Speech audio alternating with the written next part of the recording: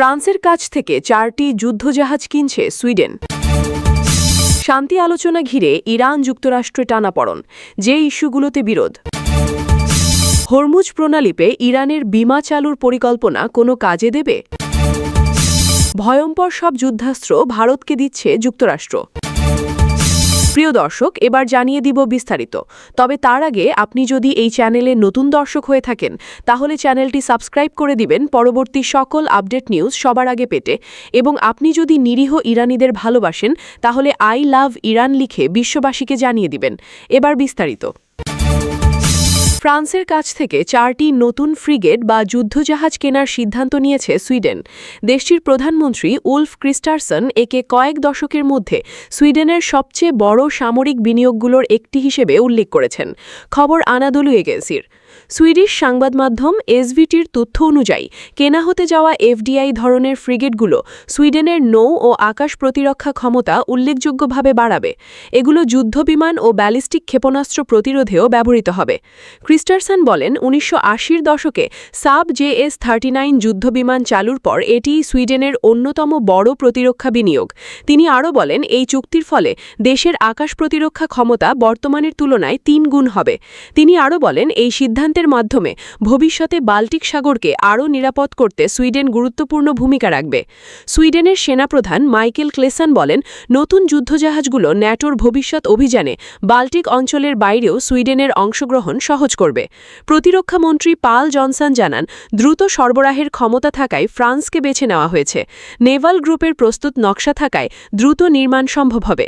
প্রতিবেদন অনুযায়ী 2030 থেকে প্রতি বছর একটি করে যুদ্ধজাহাজ সরবরাহ শুরু হতে পারে। প্রতিটি জাহাজের সম্ভাব্য মূল্য ধরা হয়েছে প্রায় 10 বিলিয়ন সুইডিশ ক্রোনা, যা $1 বিলিয়ন বেশি। ইরান ও যুক্তরাষ্ট্রের চলমান আলোচনায় এখনও বড় ধরনের মতপার্থক্য রয়ে গেছে, বিশেষ করে ইউরেনিয়াম সমৃদ্ধিকরণ, হরমুজ প্রণালী, যুদ্ধবিরতি ও নিষেধাজ্ঞা ইস্যুতে দুই দেশের অবস্থান একেবারেই বিপরীতমুখী। ইরানের উপপ্রধানমন্ত্রী কাজিম গরিবাবাদি দেশটির পার্লামেন্টের জাতীয় নিরাপত্তা কমিটির দেওয়া বক্তব্যে জানিয়েছেন, ইউরেনিয়াম সমৃদ্ধিকরণের অধিকার থেকে সরে আসবে না তেহরান। তিনি বলেন, যুক্তরাষ্ট্র তাদের প্রস্তাবে আগামী 2 দশক ইরানকে ইউরেনিয়াম সমৃদ্ধিকরণ বন্ধ রাখার কথা বলেছে। তবে তেহরান এই সময়সীমাকে অগ্রহণযোগ্য বলে প্রত্যাখ্যান করেছে। ইরান আরও জানিয়েছে, লেবানন সহ সব ফ্রন্টে যুদ্ধ পুরোপুরি বন্ধর নিশ্চয়তা না পাওয়া পর্যন্ত তারা পারমাণবিক কার্যক্রমে নিয়ে আলোচনায় যাবে না। অন্যদিকে যুক্তরাষ্ট্র বলেছে, যুদ্ধ বন্ধের বিষয়টি আলোচনার অগ্রগতির ওপর নির্ভর করবে। হরমুজ প্রণালী নিয়েও দুই পক্ষের টানাপড়েন অব্যাহত রয়েছে। ইরান চেয়েছে যুক্তরাষ্ট্র আগে তাদের আরোপিত অবরোধ প্রত্যাহার করুক, কিন্তু ওয়াশিংটনের অবস্থান আগে ইরানকে হরমুজ প্রণালী খুলে দিতে হবে।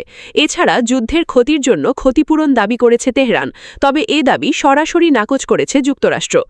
ইরান আরও দাবি করেছে, উপসাগরীয় সহযোগিতা পরিষদভুক্ত দেশগুলো সহ পুরো অঞ্চল থেকে মার্কিন সেনা প্রত্যাহার করতে হবে এবং একই সাথে পারমাণবিক ইস্যু, মানবাধিকার বিলঙ্ঘন ও সন্ত্রাসে মদতদান সংক্রান্ত সব নিষেধাজ্ঞা তুলে নেওয়ার আহ্বান জানিয়েছে তারা। তবে এসব দাবিতে কোনোটিতেই এখনও পর্যন্ত সম্মতি দেয়নি যুক্তরাষ্ট্র। সূত্র আল জাজিরা।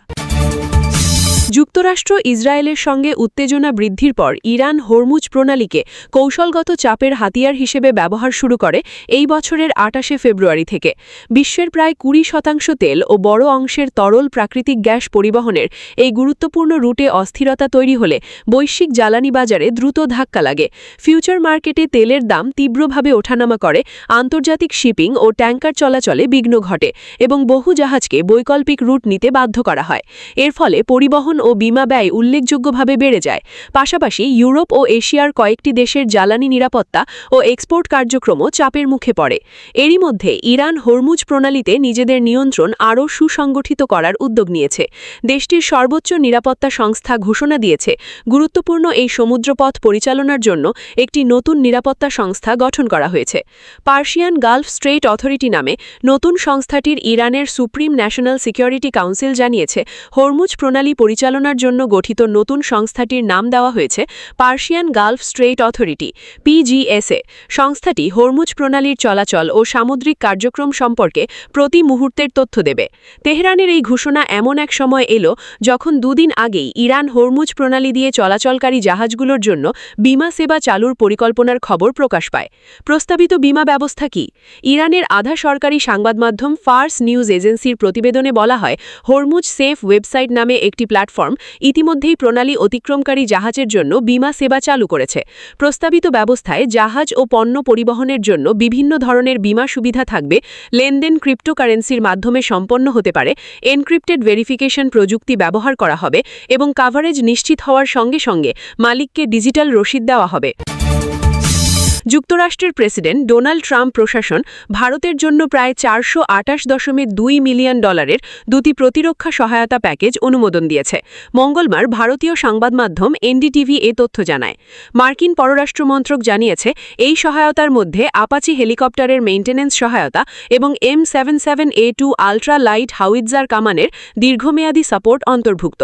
এর মধ্যে M77 হাউইটজারের জন্য প্রায় $23 কোটি প্যাকেজে খুচরা সংস্থান, রিপেয়ার, ট্রেনিং, কারিগরি সহায়তা, ফিল্ড সার্ভিস ও লজিস্টিক সহায়তা অন্তর্ভুক্ত।